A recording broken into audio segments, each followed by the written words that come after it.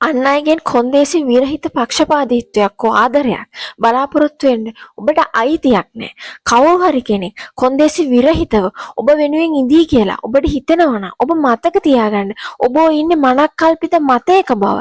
පක්ෂපාතීත්වය කියලා කියන්නේ මිත්‍යාවක්.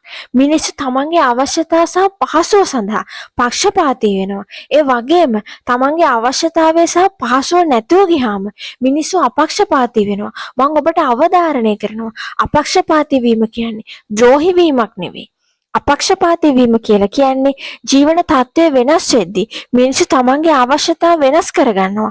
අද පහසුව දැන්න දෙයට වඩා පහසු දෙයක් මිනිස්සු හෙට බලාපොරොත්තු වෙනවා. ඒක තමයි විදිහ. අපිට ඒකත් එක්ක තරහ ගන්න අයිතියක් නෑ.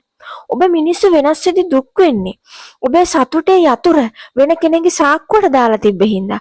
ඔබ මිනිස්සු වෙනස් වෙද්දී දුක් වෙන්නේ ඔබේ දියුණුවේ ජයග්‍රහණයේ යතුරු වෙන කෙනෙකුගේ සාක්කුවට දාලා තිබ්බ නිසා. ඔබ හොඳට මතක තියාගන්න. ආරම්භයේ සිටම අවසානයේ දක්වාම ඔබ සමග සිටීමට සහතික වෙලා ඉන්න එකම පුද්ගලයා ඔබ විතරයි. ඔබට ඉන්නේ ඔබ විතරයි. පළමුව එම සම්බන්ධතාවයට ගරු කරන්න. ඔබ වෙනුවෙන් ආයෝජනය කරන්න.